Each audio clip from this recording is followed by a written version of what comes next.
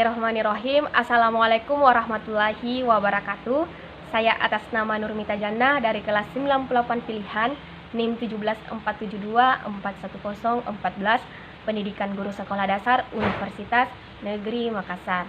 Nah, pada vlog kali ini saya akan menjelaskan mengenai studi komparasi jaminan penegakan hak asasi manusia antar negara di tengah pandemik COVID-19.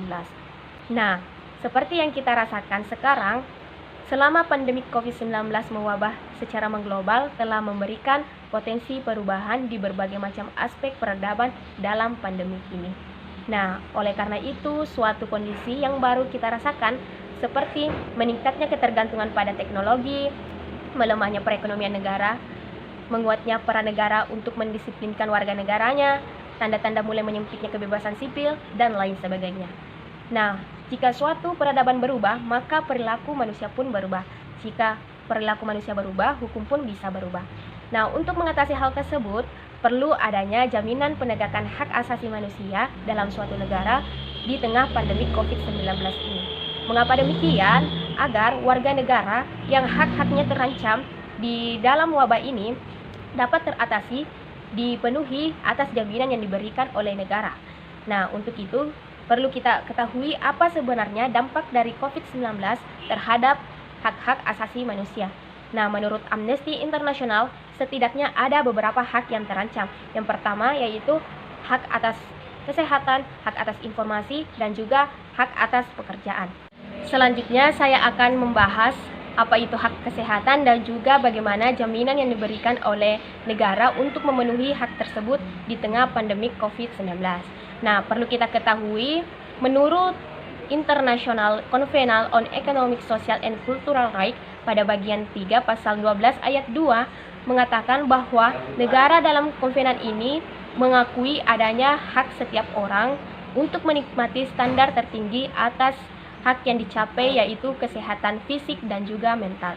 Nah, di negara Taiwan, kasus pertama COVID-19 ini pertama dilaporkan pada tanggal 20 Januari 2020, sementara transmisi lokalnya dilaporkan pada tanggal 28 Januari 2020. Nah, akan tetapi, langkah pemerintah untuk mengatasi penyebaran virus tersebut jauh sebelum kasus ini dilaporkan. Terdapat langkah-langkah yang dilakukan oleh pemerintah Taiwan seperti melakukan pemeriksaan suhu dan kesehatan bagi penumpang pesawat dan juga memberhentikan seluruh ekspor masker. Sementara dalam penyediaan anggaran, pemerintah Taiwan mengalokasikan sebesar 10,6 triliun untuk penyediaan layanan kesehatan terkait COVID-19 seperti pengeluaran terkait proses pemeriksaan isolasi pasien dan pembelian fasilitas lain yang dibutuhkan untuk melayani wabah ini. Negara kedua yaitu Singapura. Singapura menjadi salah satu negara yang memiliki respon terbaik dalam menghadapi COVID-19. Kasus pertama kali dilaporkan pada tanggal 23 Januari 2020, sementara transmisi lokalnya dilaporkan pada tanggal 4 Februari 2020. Kementerian Kesehatan Singapura telah memastikan bahwa seluruh fasilitas layanan kesehatan dan juga kapasitas ruang pemeriksaan pasien sudah memadai dalam menangani kasus ini, di mana pemerintah telah menyiapkan beberapa fasilitas karantina seperti The Resort yang memiliki daya tampung hingga 500 orang. Pemerintah juga menyiapkan dan menyalurkan 1 juta masker kepada dokter umum dan spesialis untuk memenuhi kebutuhan mereka dalam melayani kasus COVID-19. Selain itu, pemerintah memberikan subsidi pemeriksaan terkait COVID-19 kepada warga masyarakat Singapura dan juga penduduk menetap Singapura. Selanjutnya, negara ketiga yaitu Korea Selatan. Kasus COVID-19 pertama kali dilaporkan pada tanggal 20 Januari 2020, sementara transmisi lokalnya dilaporkan pada tanggal 30 Januari 2020. Untuk menangani kasus COVID-19 ini, pemerintah membentuk program yang dinamakan Korea Centers for Disease Control and Prevention yang berperan dalam penemuan kasus positif dan juga melakukan penyelenggaraan tes untuk masyarakat terkait COVID-19. Selanjutnya, negara keempat yaitu Amerika Serikat. Kasus pertama kali dilaporkan pada tanggal 29 Januari 2020, sementara transmisi lokalnya dilaporkan pada tanggal 26 Februari 2020. Pemerintah Amerika Serikat telah menganggarkan dana sebesar 134 triliun melalui Coronavirus Preparedness and Response Supplemental Appropriation Act yang berperan dalam menangani kasus tersebut. Lebih dari itu, sebesar 32 triliun yang dialokasikan untuk penelitian dan pengembangan vaksin dan teknologi diagnostik untuk COVID-19. Dan sebesar 16,1 triliun yang dialokasikan untuk pengadaan obat-obatan, fasilitas kesehatan, dan juga penyediaan alat medis lainnya. Selanjutnya negara kelima yaitu Indonesia. Pasien pertama di Indonesia dilaporkan pada tanggal 2 Maret 2020 oleh Presiden Joko Widodo. Status coronavirus di Indonesia yaitu sebagai penyakit yang menular yang memicu adanya kedaruratan kesehatan masyarakat. Oleh karena itu telah ditetapkan keputusan pemerintah nomor 11 tahun 2020 tentang penetapan kedaruratan kesehatan masyarakat Coronavirus Disease 2019.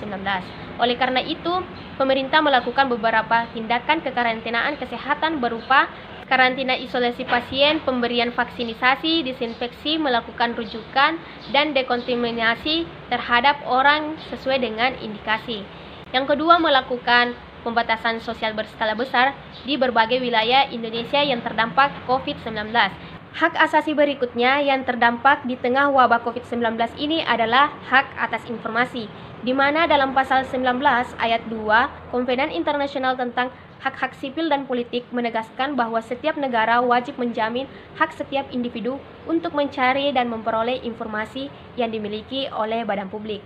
Nah, oleh karena itu, informasi yang dapat mengancam hajat hidup banyak orang, termasuk informasi epidemik dan wabah virus corona ini, juga wajib diumumkan oleh badan publik yang memiliki kewenangan. Adapun jaminan yang diberikan oleh negara untuk memenuhi hak atas informasi tersebut dari kelima negara yang telah saya jelaskan tadi, ada Taiwan, Singapura, Korea Selatan, Amerika Serikat, dan juga negara Indonesia, melakukan cara yang tidak jauh beda.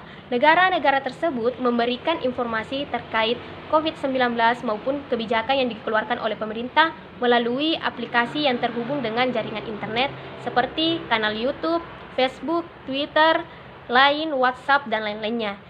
Selain itu, berbagai statistik COVID-19 seperti kasus pasien terbaru dan juga kasus pasien yang sudah sembuh turut diperbaharui setiap harinya.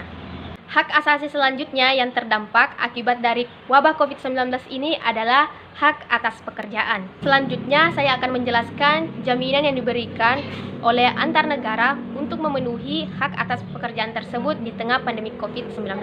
Yang pertama, di negara Taiwan. Kementerian Perekonomian negara Taiwan menyetujui adanya anggaran istimewa sebesar 7 triliun untuk memberikan pinjaman bagi masyarakat kecil dan menengah. Selain itu, juga telah dialokasikan untuk menstimulus berbagai sektor industri yang terkena dampak COVID-19.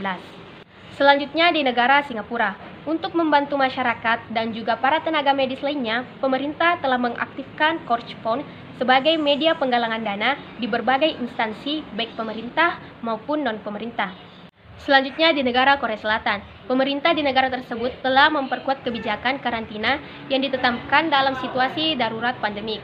Kemudian, pemerintah telah mencairkan dana sebesar 4 triliun untuk mencegah epidemik tersebut dan juga dukungan terhadap bisnis yang terdampak akibat dari kebijakan karantina yang telah ditetapkan oleh pemerintah. Selanjutnya di negara Amerika Serikat, pemerintah di negara tersebut memberikan subsidi bagi masyarakat umum dan juga sektor industri lain yang terkena dampak COVID-19.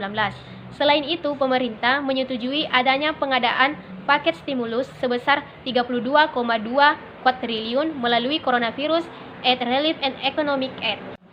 Nah, selanjutnya di negara Indonesia, dengan diterapkannya perbatasan sosial berskala besar, dengan kebijakan social distancing, bekerja dari rumah, hingga pemutusan hubungan kerja, sehingga pemerintah mengadakan Kartu Pekerja yang merupakan program dari pemerintah pusat untuk memberikan pelatihan kerja dan intensif. Program tersebut diluncurkan secepat mungkin demi mengantisipasi para pekerja yang di-PHK akibat dari COVID-19. Jadi, jaminan hak-hak asasi manusia yang diberikan oleh negara dalam penegakannya harus dilakukan secara merata dan juga sesuai dengan indikator yang akan dicapai serta tidak memihak dari satu sisi. Itulah yang dapat saya sampaikan, mudah-mudahan dapat bermanfaat. Wabillahi taufiq wal hidayah. Wassalamualaikum warahmatullahi wabarakatuh.